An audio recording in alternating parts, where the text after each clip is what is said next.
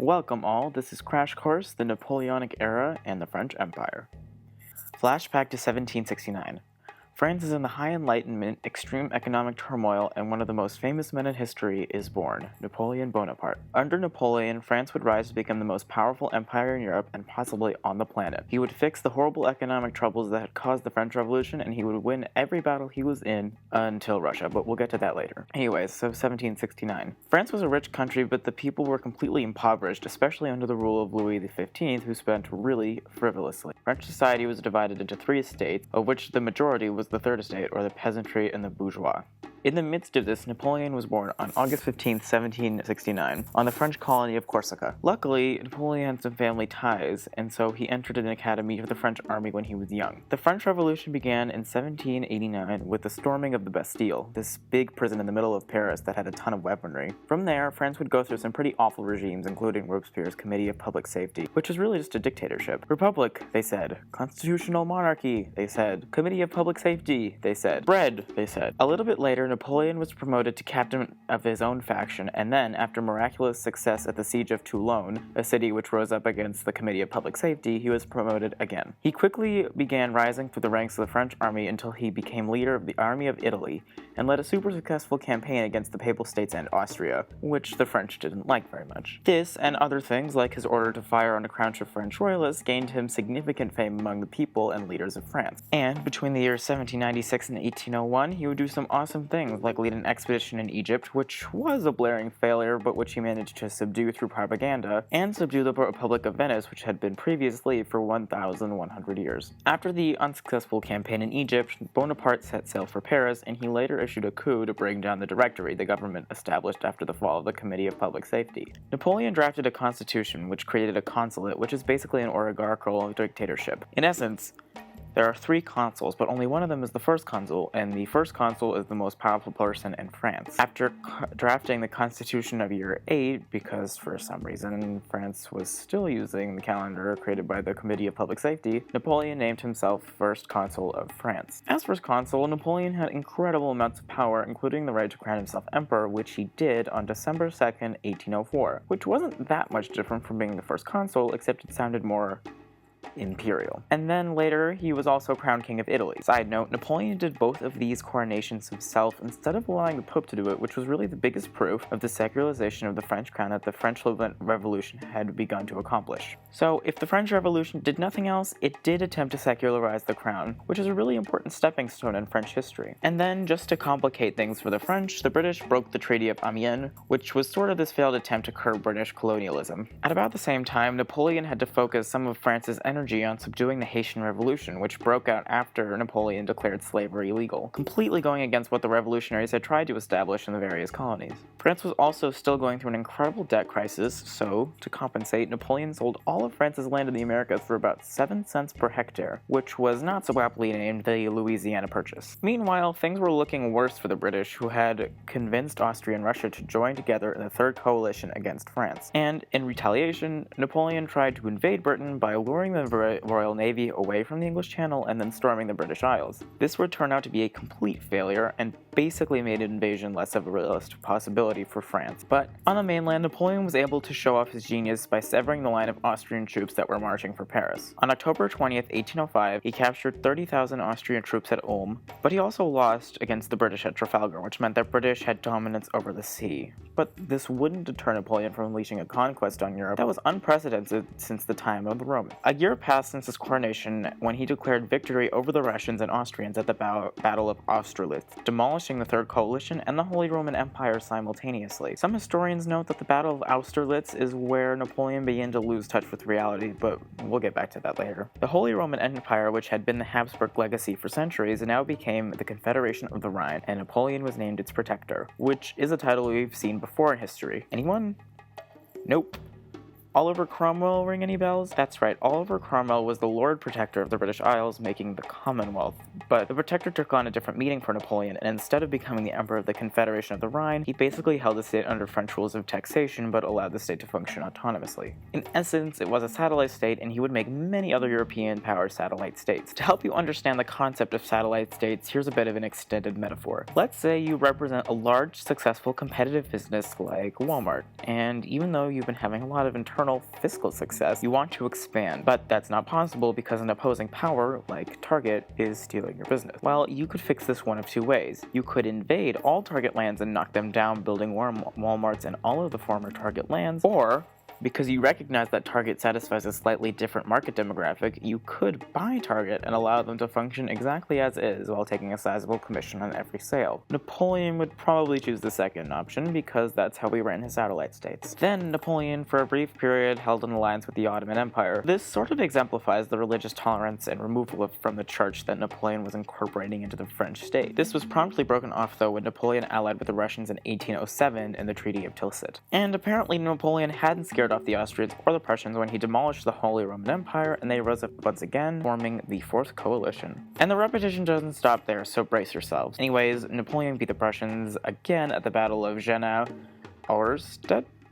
Remember the Treaty of Tilsit, which Napoleon entered into with Russia, breaking off the Ottoman Empire? Well, it also did something else. It divided Poland, and the parts of Poland that Napoleon got became, unsurprisingly, another satellite state. To perpetuate his dominance in Europe, Napoleon tried to establish economic warfare on Britain by imposing the continental system, in which all the European satellite states that he held could not participate in British commerce. This didn't work because, like other times when the government has tried to fix a sale of a certain commodity or block the flow of money to a certain area, like during Prohibition during the American Civil War, people find a way around it. British merchants usually just smuggled their product into Europe, and it happened so frequently and in such a widespread manner because, remember, Britain was the maritime superpower at the time. It was too difficult to keep the smugglers out of continental Europe. In fact, the continental system may have been the first thing in a long succession of events that brought Napoleon out of power. Portugal disobeyed the continental system, and with the help of the Spanish, Napoleon invaded Portugal and then brought down the Spanish king, replacing him with his brother. At this point, the Spanish unleashed upon Napoleon a new type of warfare, guerrilla warfare, in which there weren't massive organized army, but rather frequent ambushes, and guerrilla warfare was generally inspired more from nationalism than from a general making orders. At first, Napoleon was able to subdue the disorganized Spanish, but they continued to rise up against him, and when the Austrians threatened war once again, he had to return to Paris. But the wars against the Spanish guerrilla armies, known as the Peninsular War, continued in Napoleon's absence, and the French never really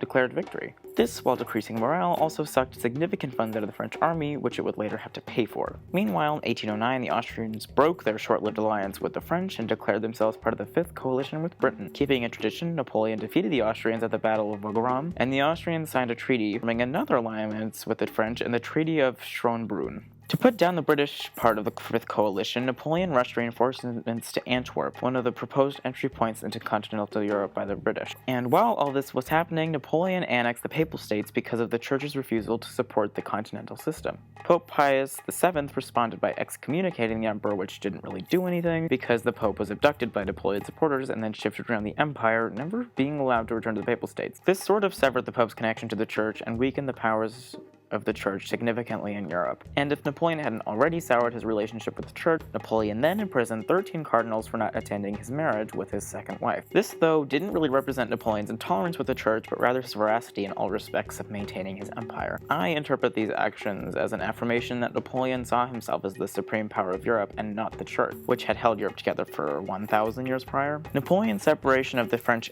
Empire from the Church wasn't an expression of his own religious choices, but it did signify his insubordination to abiding by powers other than himself. So when you try to analyze the religious aspect of Napoleon's empire, you find that there wasn't a tangible pattern other than a separation because of his pursuit of supremacy in Europe. A year after the debacle with the Church, the French Empire reached its high point in 1811, when it held the most territory, ruled the most satellite states, and held the most alliances. But that was soon to collapse at a remarkably fast rate. Remember that alliance the French made with the Russians in 1807? Well, that was on the rocks at this point. Tsar Alexander I was under pressure from the Russian nobility to break off the alliance with France because the nobility feared that the French would invade Russia. Maybe Alexander should have listened to him earlier. Clairvoyance? I think yes. But by 1812, Alexander was under the advisement to lead an army against the French. Of course, Napoleon caught wind of these early plans, and he brought together the Grande Armée. Grand Army? I don't take French, so please excuse the mispronunciations. On June 23, 1812, Napoleon commenced the invasion of Russia with the Grande Armée. This started off the most enormous game of tag in history. As France invaded Russia, the Russian armies would retreat, bringing France further and further into Russia. This may have been a tactic designed to tire out the French, or it may have just been because the Russians knew they would lose against the French. Who knows? What we do know is that after a while, it worked.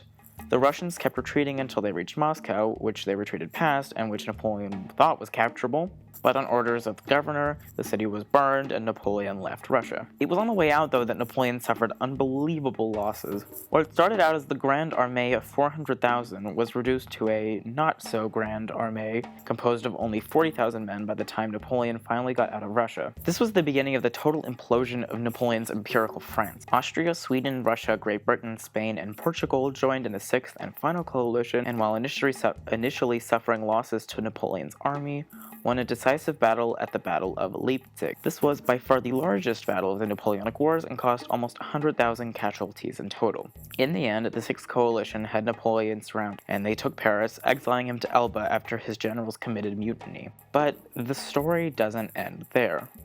The coalition allowed Napoleon to maintain his title as emperor, essentially mocking him by allowing him to be emperor of the 12,000 inhabitants of the island of Elba, something he actually did a damn good job of. And in a final attempt to regain power, Napoleon escaped from Elba to the mainland. He was intercepted by a group of French troops where the Napoleon issued an ultimatum. He said, "Here I am. Kill your emperor if you wish." And instead of dismembering him, which may have been the right course of action, the French troops embraced him, declaring "Vive l'Empereur," or "Long live the Emperor." Again, excuse the accent. They marched with him to Paris, where King Louis XVII had recently fled from, and Napoleon took the throne once again. But when Napoleon tried to raise another super army, the British and Prussians marched to France and engaged his army at the Battle of Waterloo, perhaps the most important battle of the Napoleonic Wars. Napoleon almost won, but he didn't, and this time the British exiled him to St. Helens, an even more remote island than Elba, and forced him into solitude until he later died. Napoleon's rule is a controversial period of history. While Napoleon decimated the populations of many European powers, including his own, and while he destroyed the social construct of Europe and messed up the borders, he made many positive contributions. He introduced a controlled law code, which was by no means original. Hammurabi of the Babylonian Empire did it, so it's not like it was a revolutionary development, but it did curb a lot of the unrest in French society. He also fixed the economic troubles, which allowed trade to flourish in Europe, and he instituted the metric system. Side note, it is wrongfully assumed that Napoleon was short in stature. He was not 5'2", he was actually 5'7", which was average for the time. The misconceptions comes from the fact that French inches were larger than British inches, so when his height was published, the version may have been lost in translation, and the British cartoonists depicted him as a short leader.